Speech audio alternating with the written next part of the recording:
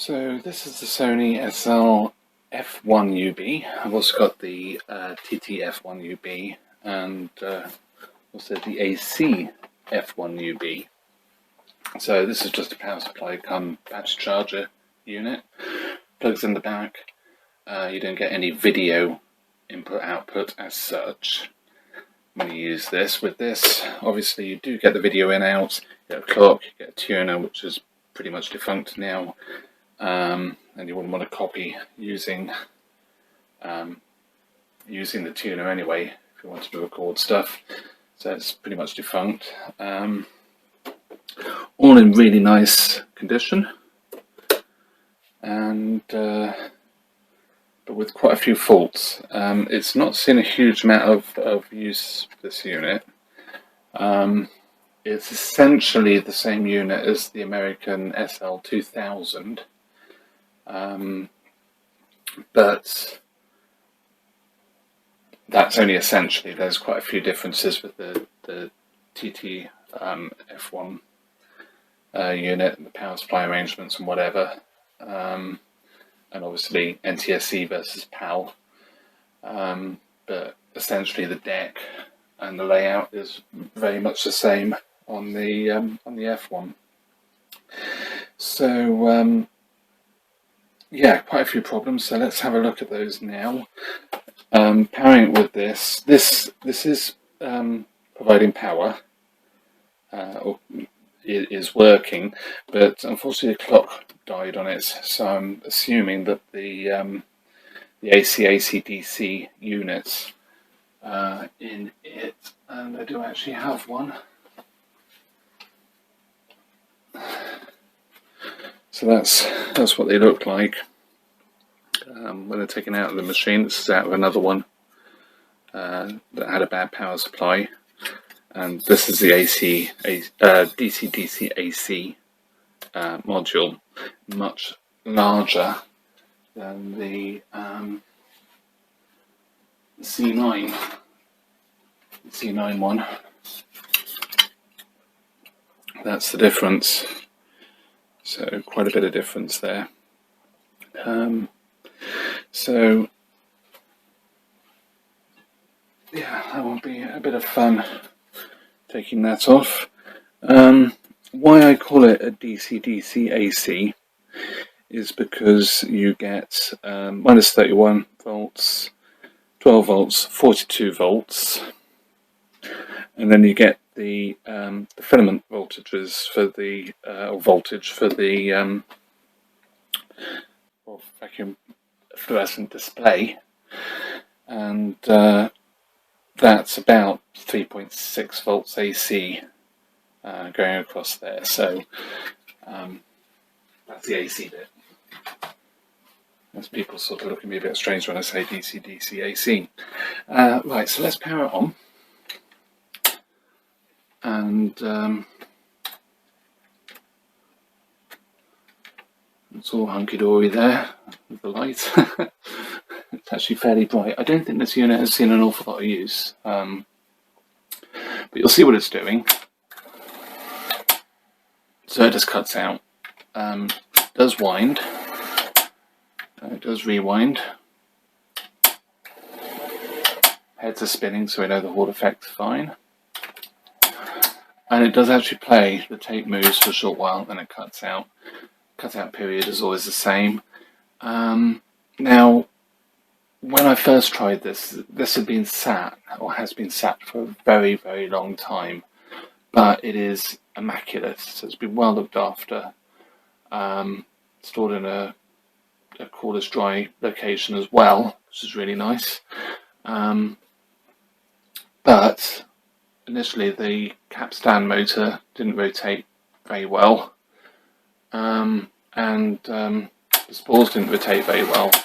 So my feeling is it's either mechanical or possibly a Hall effect. One of the two Hall effect devices has developed a fault.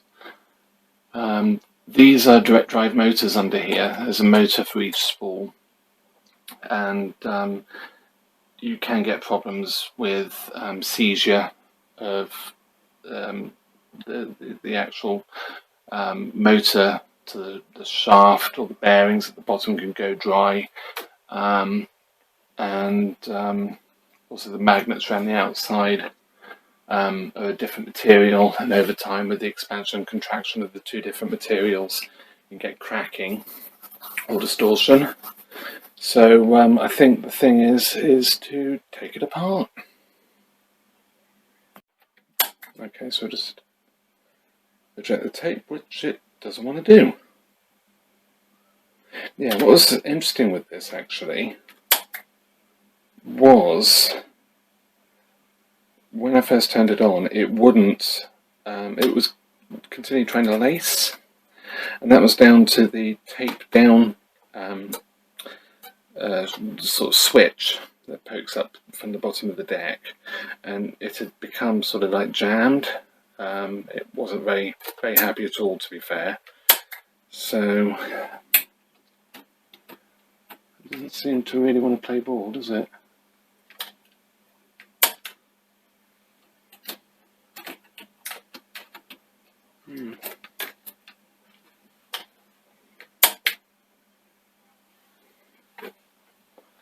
Oh, just wonder if that's...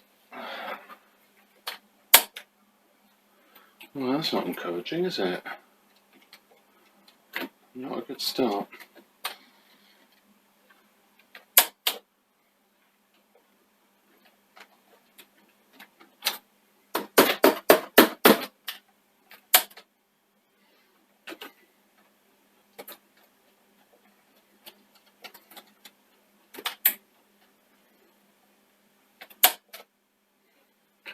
Yes, the motor, the spool motors are running.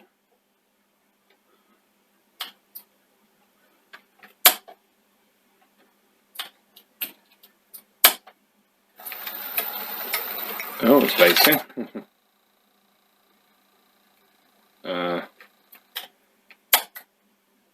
Now, to my mind, what that is the tape down switch is seized again, or is faulty, or is doing something it's not supposed to be doing.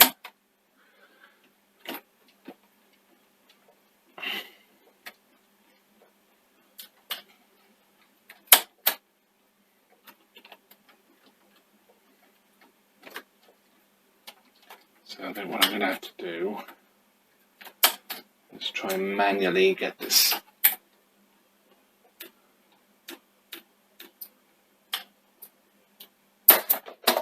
There we go.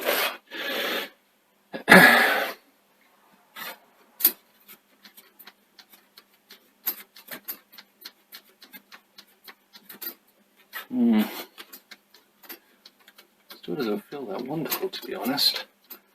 I'm going to just put a tiny bit of switch cleaner on it, some lubricant on it last night, and it seemed to improve it and make it work.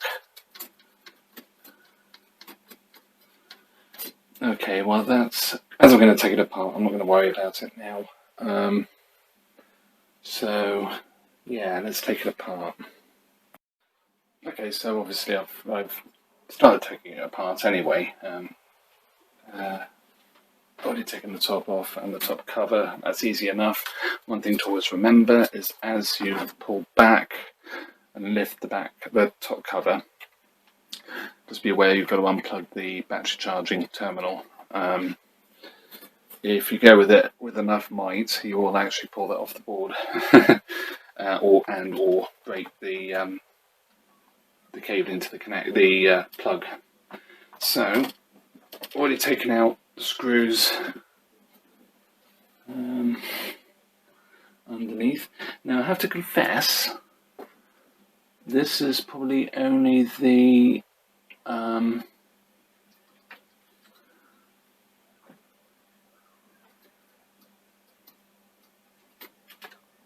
fifth machine I've worked on.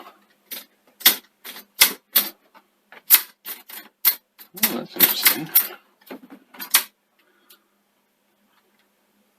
Okay. So it didn't wind back. There's obviously some intermittent there. And screws off.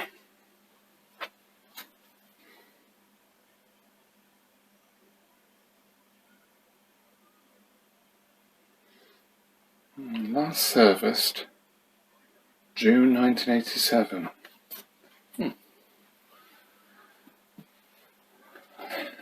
Yeah, it's probably a little bit overdue, even though it's been sat. Inspection of the bottom board, which all looks fine. The other thing I'm slightly concerned with this machine is there appear to be no RF outs. So there are a lot of fuses in this, both glass fuses and semiconductor style fuses. So I'm half anticipating that at least one of those has gone pop. So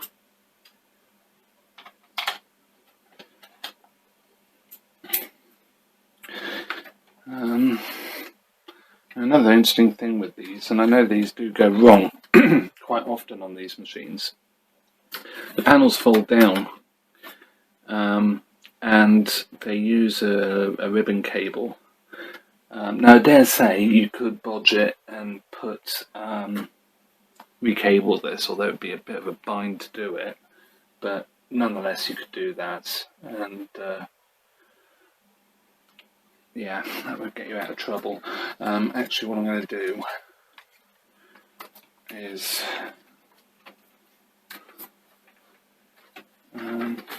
pull this down with clips or something, and maybe they're there. Which way do they go?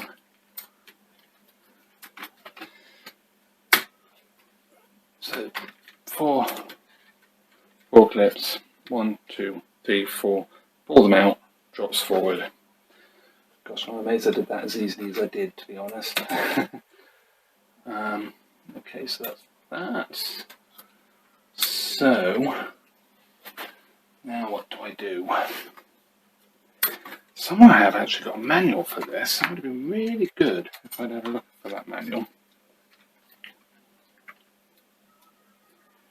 So yeah, so it is these 4 screws.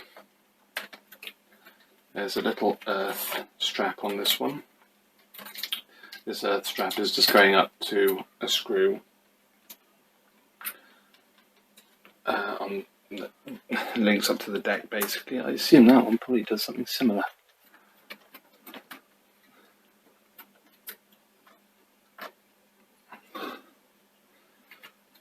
So I'll just show you that.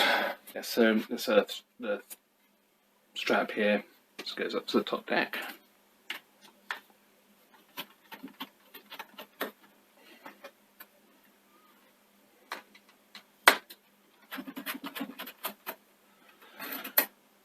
Now I'm probably going to really fake myself here, but quite honestly, I mean,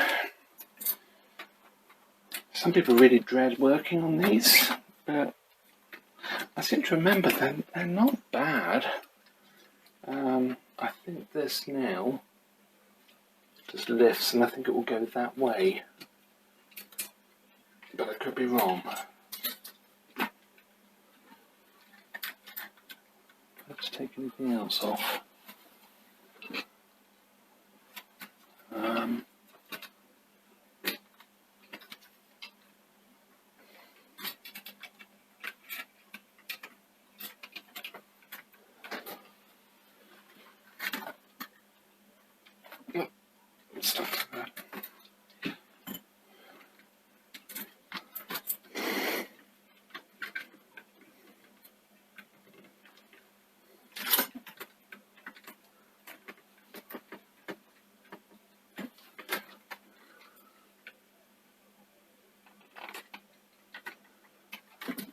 I'm sure that should tip somehow. Oh, let's see what I'm doing actually. Unplug. That looks like the audio and control head, probably. Anything else I'm missing?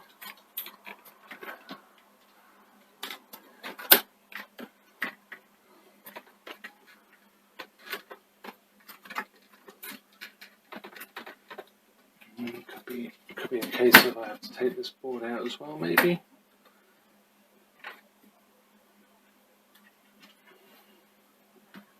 No arrows on those, but I assume they need to come out. So let's do that.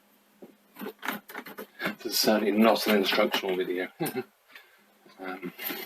Trials and tribulations, isn't it? And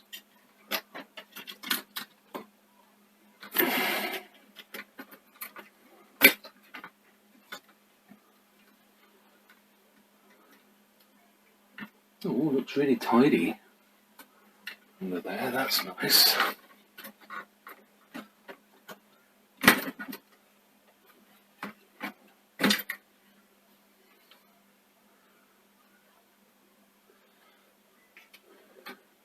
So while I think about it, I'm just going to check those fuses.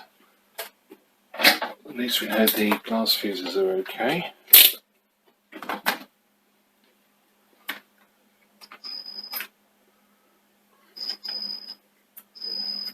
Lovely.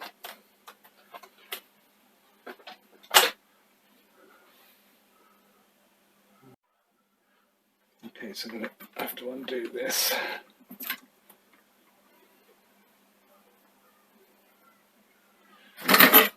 Everything's strap, I think that's what I'm fighting against, and that's it. There's a connector that goes off for the video heads, but that shouldn't actually foul anything.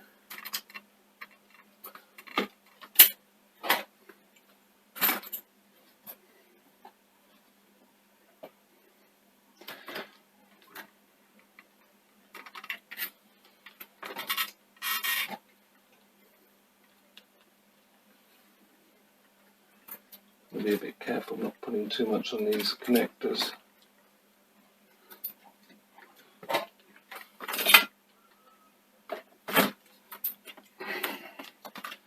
What I'd really like is just something just to lean this up against.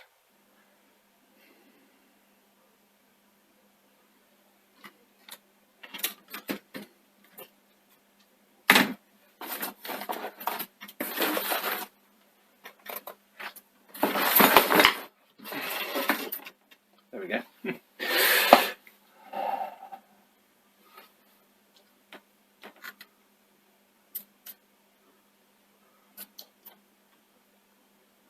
And the capstan feels fine.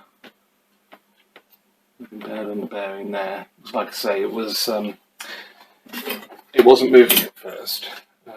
So make of that what you will, really. I think under here might be interesting.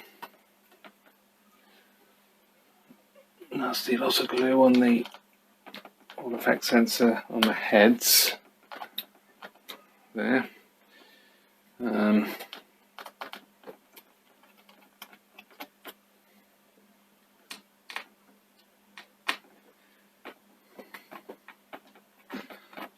I will clean that off. Try and protect the sensor. Don't necessarily want to change them if there's no need, but the glue is causing real problems. Always has, I think, really. Depending on the environment they're used in and moisture content and all the rest of it, I mean.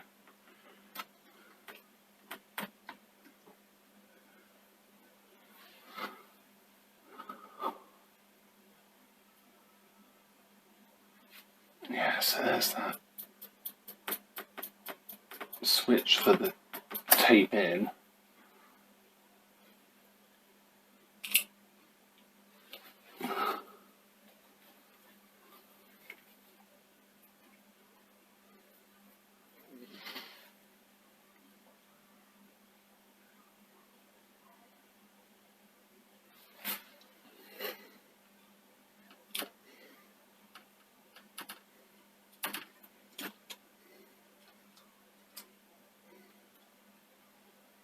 It's not too much, is it?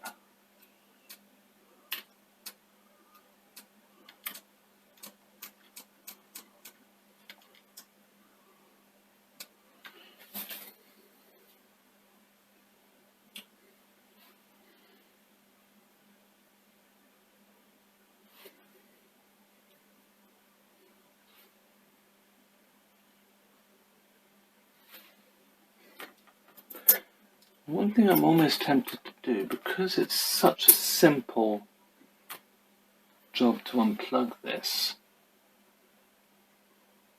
is I do actually have another one. Another one of these. It's actually pretty good as well. So I might just change it and see what happens. See if that that proves it's one of the Hall effect sensors. I think my gut feeling is it's this one. But the actual material around the outside is good. These just pop off.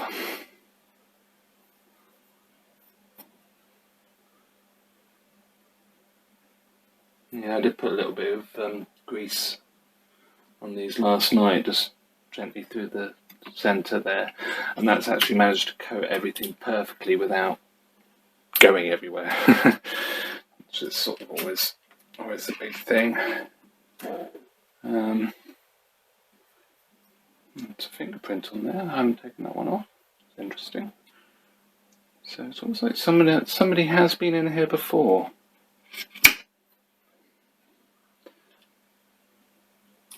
I wonder if that was back in 1987, and it was, although that's a service record, so it must have been after then that it failed, and then it was retired. Like I say, it's been sat in a box for decades, a couple of decades or more. So, okay, I'm going to dig out the other one of these, and we'll give it a go. Okay, so I had a shorting, had an earthing strap that wasn't behaving, but that's now fine.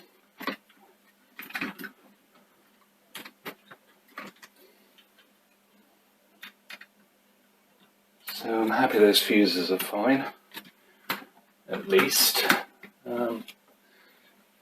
And again, I'll probably have to consult the manual if I find there are still issues once this is all working with the RF out, because even though the RF out is pretty redundant, I want this machine perfect. Well, as perfect as it can be. What's going on there?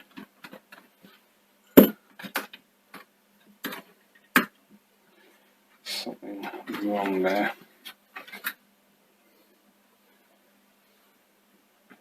That's the way it sits. So there's little metal lugs here. You need to poke through the board before you click this down. If you don't, then they'll just press up against the PCB, and as you screw them down, screw the PCB down, you run the risk of cracking the board.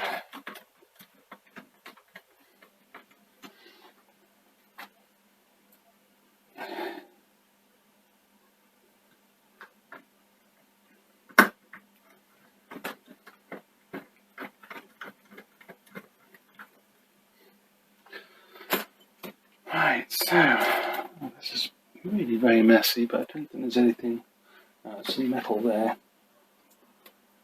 From an HF 950, no doubt.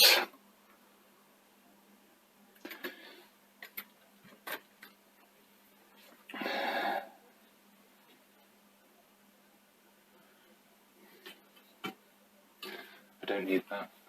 Oh, yeah, I'll plug in.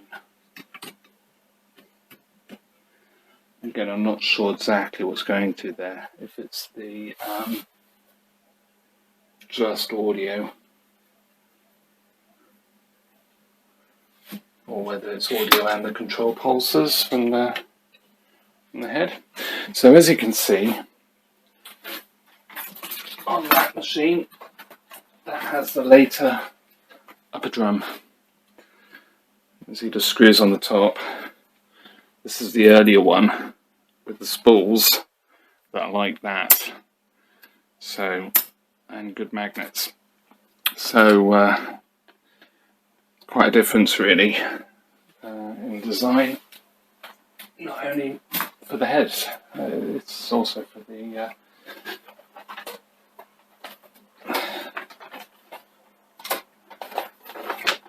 spools as well. So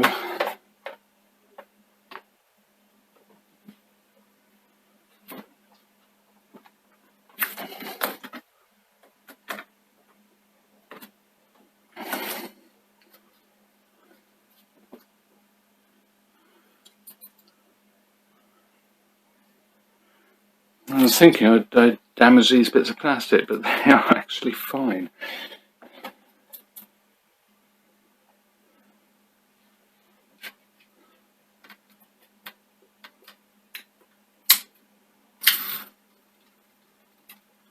So it's doing that again.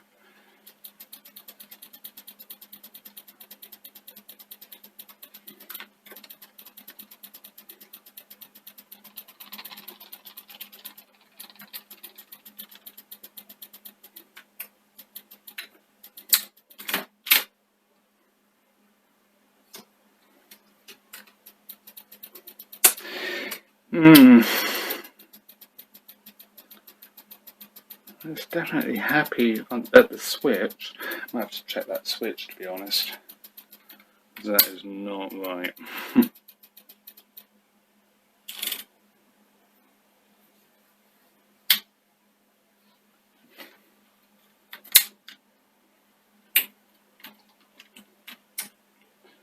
I mean, it's almost like one of the switches. Which would it be?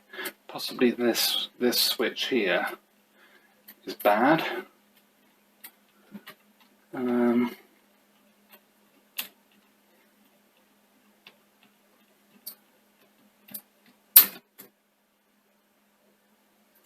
that isn't moving. And it should be.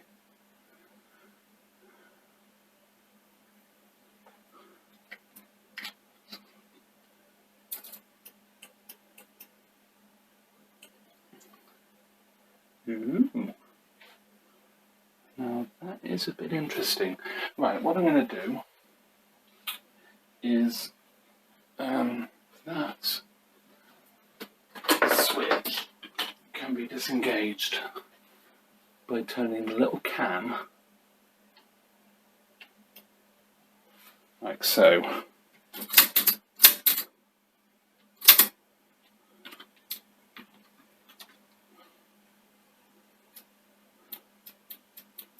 Does it make any difference?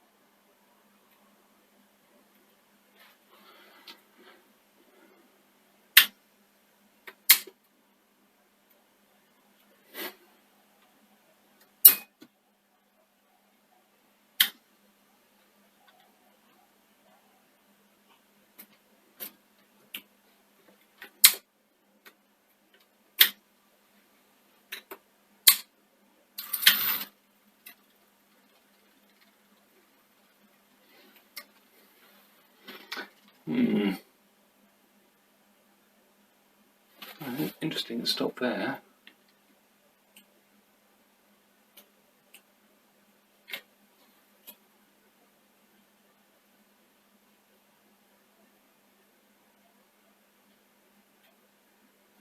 Yeah, something is not happy here.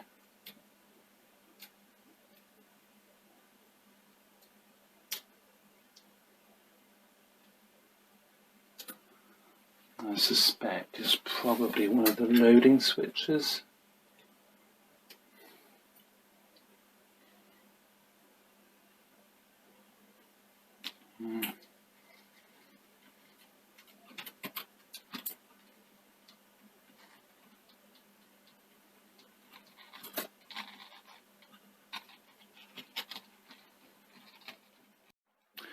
Okay, so I'm just going to test the two switches that detect the beginning and the end of the loading sequence for the loading rings, and slightly different on these compared to the C9 insofar as the wires to the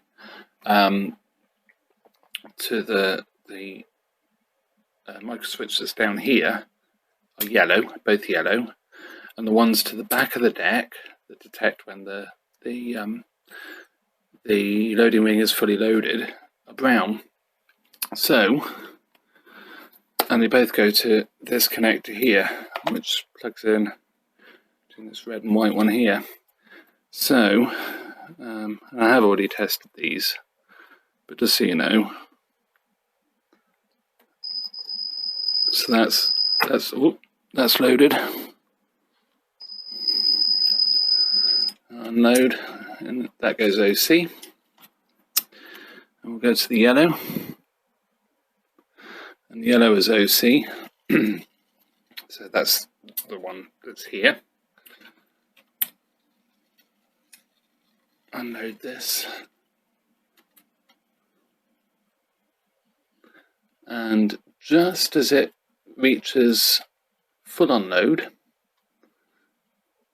it should short, and then it goes past there and goes OC again. So that's fine, and there's no, it's positive, it's fine. So it's not that that's causing our weird loading issues. And what is weird about these loading issues is they're so intermittent. So it's move on to the next possible. So more fun with the F1. I've found out that although these switches, microswitches, are working, they're actually quite dirty, so they're fairly intermittent, and they're introducing additional resistance when they should be like dead short as well. So they're very noisy. So this one is the raise prevention, taper raise prevention switch. You can see I've already replaced that. And then we've got the tape in switch. You can see the loom there. There's the original switch out. The ones I've found that work, although the hole is a little bit too big, but it doesn't seem to really make any difference, are the single pole double throw 1 amp short lever microswitches by Multicomp. I get them with the lever, but you can squeeze the lever off. Okay, so I got away with the microswitch on the raise prevent having bigger holes, but I didn't get away with it on the tape in. So what I've done is I've used some heat shrink, heated it so it shrinks to its narrowest diameter, like so. Cut it off and just put it in the two slots, and perfect. It's actually a nice snug fit, and they're much better. So I've done both. It just makes sense. I mean, this was fine before. The other thing I had to do with this is because these microswitches, they're just a tiny bit tougher to push the plunger down. I had to modify the spring, which I really don't like doing. You can never really do it that tidy, but it's actually on really securely, even though it looks a little bit sort of bodged, I suppose it is. But it is on there securely, and it works so much better. That's the best it's worked. So I'm really pleased with that, and same with this. It's much better.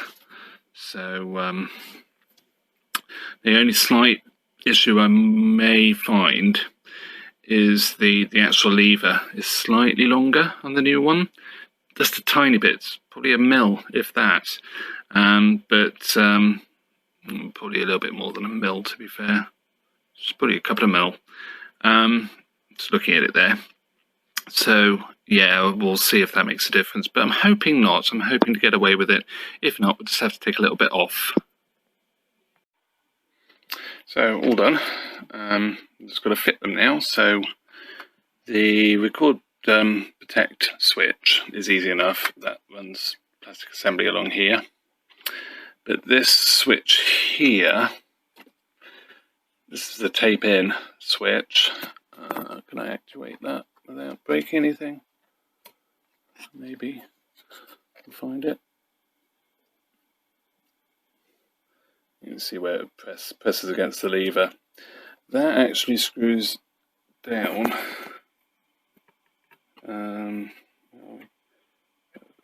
There.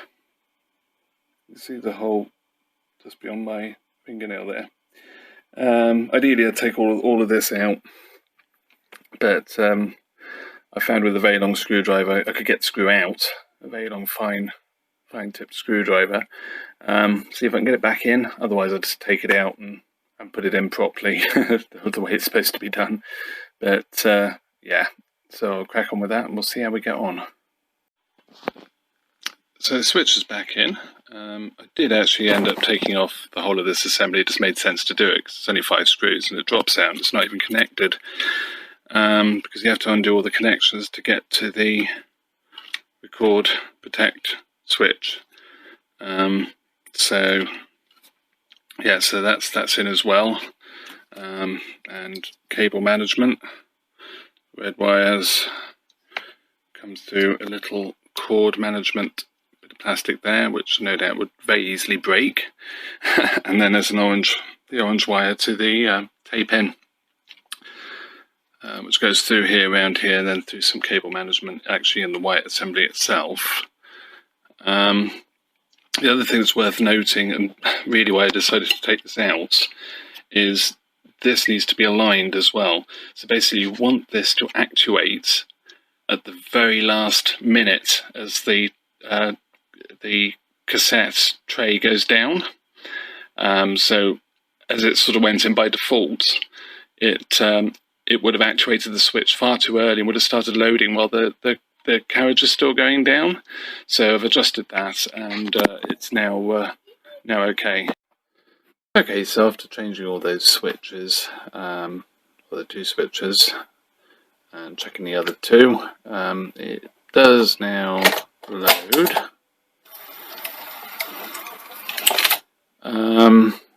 But I still have odd problems. So the heads have now stopped rotating for wind. It's still cutting out regardless. You see it is trying to.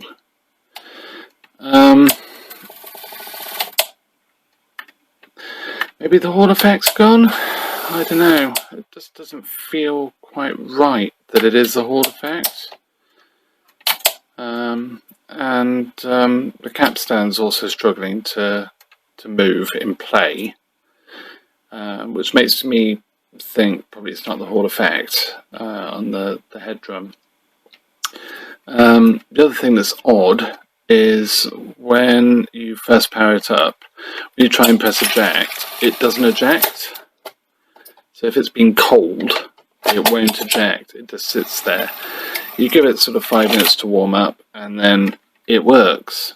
So very odd things going on with this. So what I've checked is in wind rewind, I'm getting feedback back from the real motors, so that's all good. I'm getting voltage swing on the loading motor, but the 1 voltage swing when it's cold isn't there.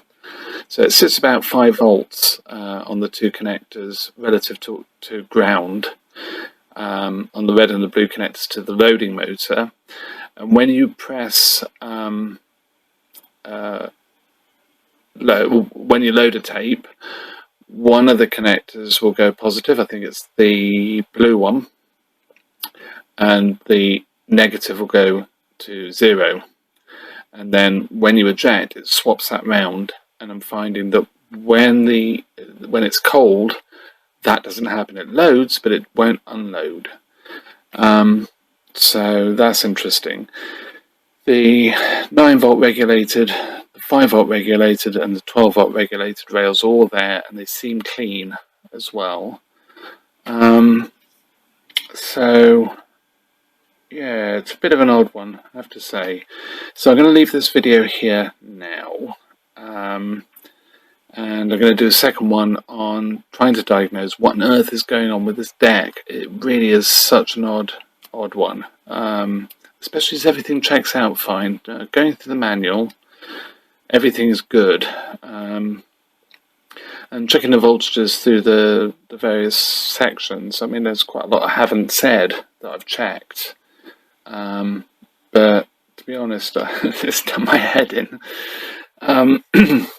So yeah, so I'll leave it here anyway, and I'll do a part 2, more than likely, just showing the next steps really. I do have another complete set of boards for this machine, but I'd sort of like to really get this one going.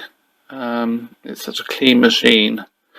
I don't want to start swapping boards. I know the deck's good now, so yeah, I'd rather just try and persevere, and unless it's one of those orange